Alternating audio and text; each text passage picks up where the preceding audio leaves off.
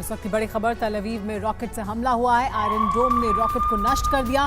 Gaza से तल अवीव को फिर टारगेट किया गया है।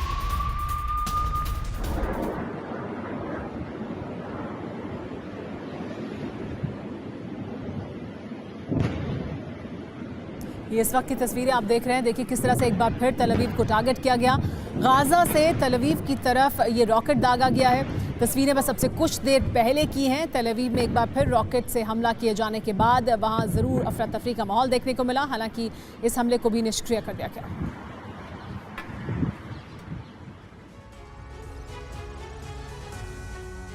इजराइल के सिर पर बदले का जुनून सवार है। गाजा पर वायुसेना लगातार हमला कर रही है। जमीन से हमले की तैयारी भी मुकम्मल है, लेकिन ग्राउंड ऑपरेशन की शुरुआत नहीं हो पा रही है। वजह अमेरिका है।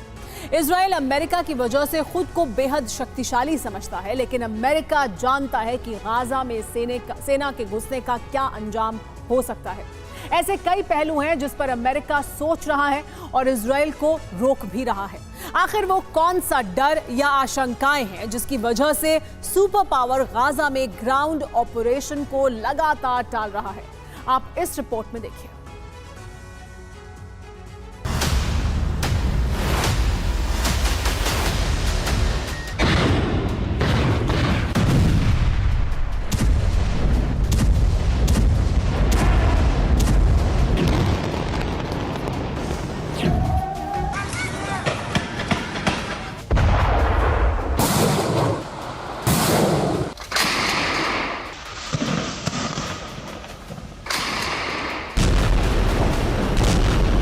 मुट्ठी भर हमास के लड़ाके और सिर्फ 41 किलोमीटर लंबी गाजा पट्टी, फिर भी हिम्मत नहीं कि इजराइल के सैनिक गाजा में घुस जाएं।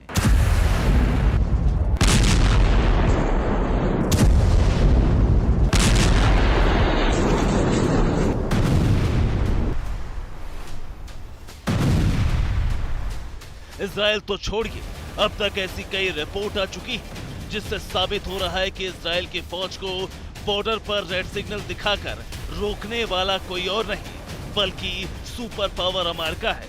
खुद राष्ट्रपति बाइडेन है।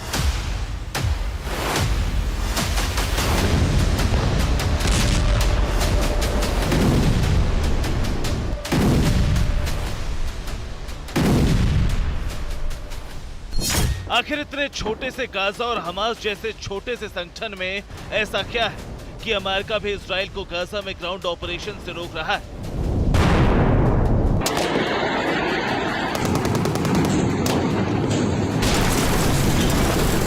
टैंकों की कतार लग चुकी है, सैनिक तैयार बैठे हैं।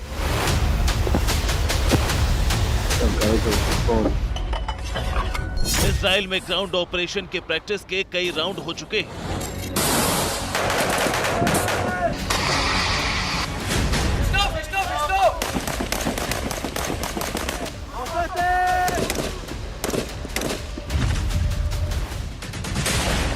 लेकिन कहा जा रहा है कि अमेरिका ने इजराइल को रोक रखा है।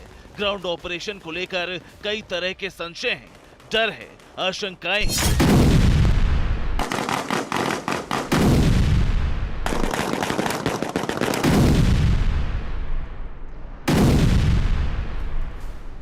अमेरिका के पास इतिहास में मिला सबक भी है। अमेरिका नहीं भूला कि अफगानिस्तान में तालिबान के खिलाफ ऑपरेशन चलाने का अंजाम क्या हुआ था। अमेरिका आईसिस और सीरिया को भी नहीं भूला है।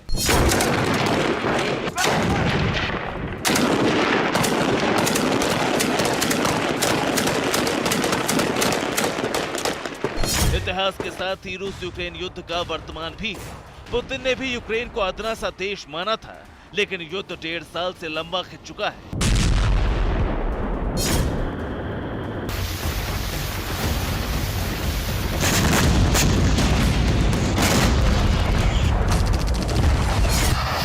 गाजा के मुद्दे पर जिस तरह से अमेरिका इजराइल के साथ है, उसी तरह अमेरिका ने यूक्रेन का भी साथ दिया था।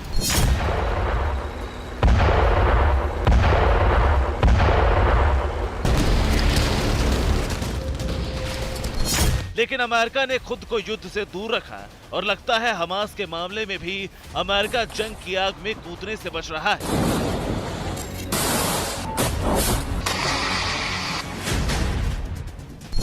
अमेरिका को पहला डर कई मोर्चे पर जंग की शुरुआत का है। लेबनान से इजराइल पर गोलीबारी ने इसका संकेत दे दिया है। सीरिया में अमेरिकी सैन्य बेस पर हमले ने आशंका को मजबूत किया है।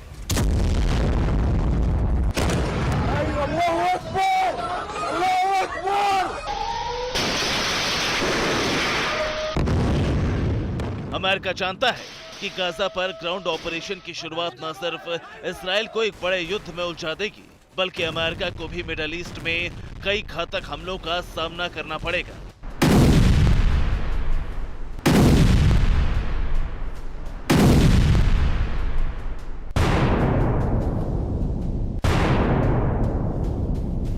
अमेरिका अपने दुश्मनों को माकूल जवाब देने में सक्षम है। अमेरिका के पास ताकतवर सेना है, नेवी है, लेकिन इजराइल के पक्ष में आकर किसी भी देश पर हमला करना, एक नए युद्ध की शुरुआत करना होगा। कई ऐसे मुद्दे हैं जो अमेरिकी एक्सपर्ट्स को परेशान कर रहे हैं और अमेरिका इजराइल को ग्राउंड ऑपरेशन से रोक रहे हैं।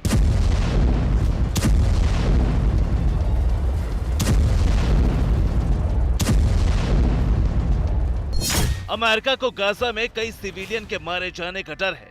अमेरिका को अफगानिस्तान, सीरिया, बाखमुत जैसे शहरों के युद्ध का अंजाम पता है। गाजा में हमास के कब्जे में कई अमेरिकी नागरिक भी हैं। अरब और दुनिया में अमेरिका की खराब छवि बनने का डर है। दुनिया के आतंकवादी गुटों का एक हो जाने का डर भी है।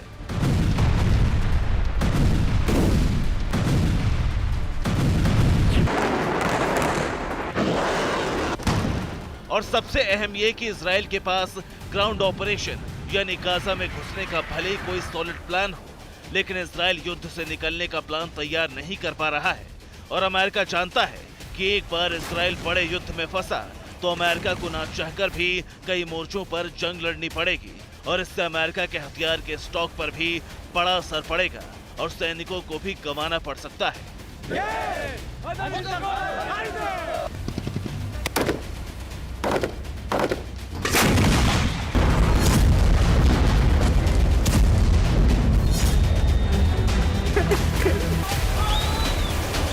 अमेरिका और यूरोपीय देशों को सबसे ज्यादा फिक्र बंधकों को लेकर भी है। अमेरिका बंधकों की रिहाई को प्राथमिकता दे रहा है।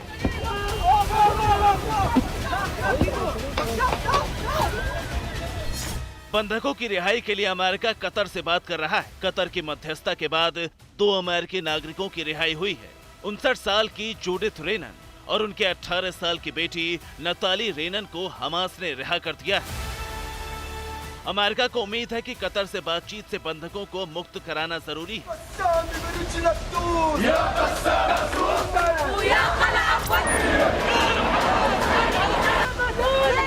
दुनिया भर में फिलिस्तीन के समर्थन में विशाल प्रदर्शन हो रहे हैं।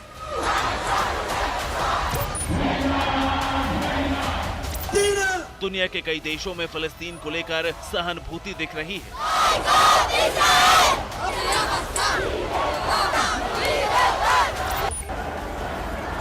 अमेरिका ने जिन मुस्लिम देशों को साथ कर रखा है, वहां भी प्रदर्शन हो रहे हैं। लेबनान और कई देशों में लोग अमेरिकी दूतावास का घेराव कर रहे हैं। अमेरिका की कूटनीति इससे खासा प्रभावित हो सकती है।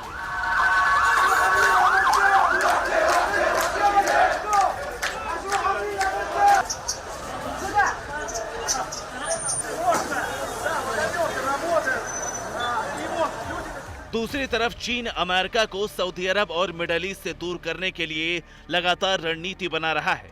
अमेरिका को डर है कि सिर्फ हमास के सफाई की वजह से उसे मिडल ईस्ट में काफी नुकसान उठाना पड़ सकता है। अब देखिए इजराइल कैसे गाजा समर्थकों से घिरा है। ईरान गाजा के समर्थन में है। ईरान के इशारे पर ही लेबनान से गोलीबारी हो रही है। सीरिया भी गाजा के समर्थन में है। जॉर्डन भी इजराइल के खिलाफ है। तुर्की भी गाजा का समर्थन कर रहा है।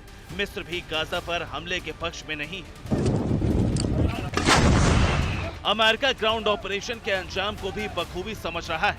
उत्तरी गाजा में हमास ने आम लोगों को रोककर अपनी ढाल बनाया हुआ है।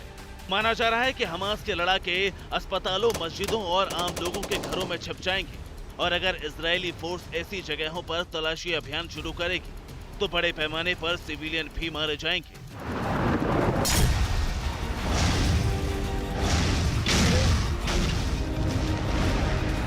अमेरिका ये भी जानता है कि एक बार सेना गाजा में दाखिल हुई तो वापसी बेहद मुश्किल होगी, क्योंकि ग्राउंड ऑपरेशन फिर इजराइल की साख का सवाल बन जाएगा।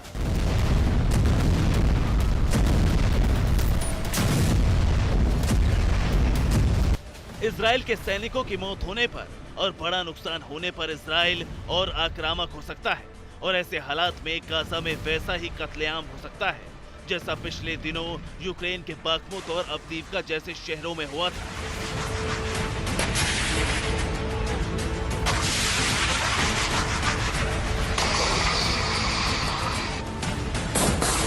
गाजा एक घनी आबादी वाला इलाका है। यही वजह है कि इजराइल उत्तरी गाजा को खाली कराने की कोशिश कर रहा है, लेकिन हमास ऐसा कभी होने नहीं देगा।